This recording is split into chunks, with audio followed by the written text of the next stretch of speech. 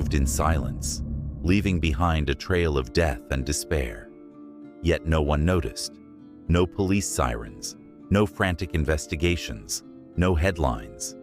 His name was Samuel Little, and he is now known as the most prolific serial killer in U.S. history.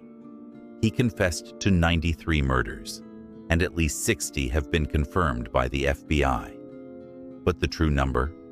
We may never know. June 7, 1940, Reynolds, Georgia.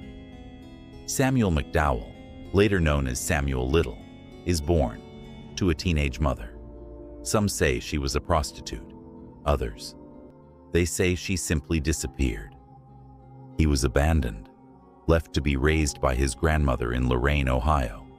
But even as a young child, the darkness inside him was already growing. His obsession began early.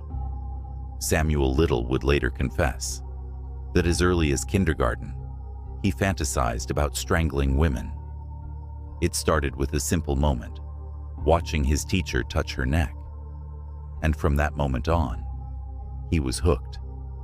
As a teenager, his twisted fantasies grew. He collected true crime magazines, all depicting women being strangled. He read them over and over again, learning, preparing, perfecting. Between 1970 and 2005, Samuel Little stalked his prey.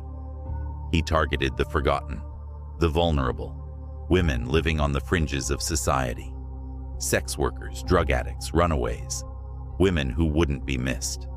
And that was exactly what he wanted. His method was terrifyingly effective. He strangled them with his bare hands. No weapons, no DNA, no messy evidence. Just a slow, suffocating death. And the most horrifying part? Nobody even noticed. It took decades, but finally, in 2012, his time was up. A simple drug arrest in Kentucky led to a routine DNA test, and suddenly, everything changed. Samuel Little had finally left a trace.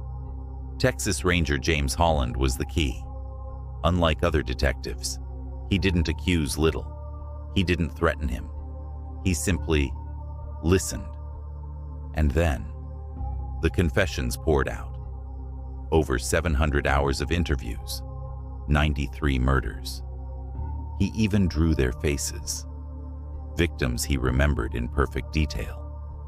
But their names, he never knew. In December 2020, Samuel Little died in prison. His story is over, but his victims will never be forgotten. The deadliest serial killer in American history almost vanished without a trace. How many more like him are still out there? This is Dead Silence.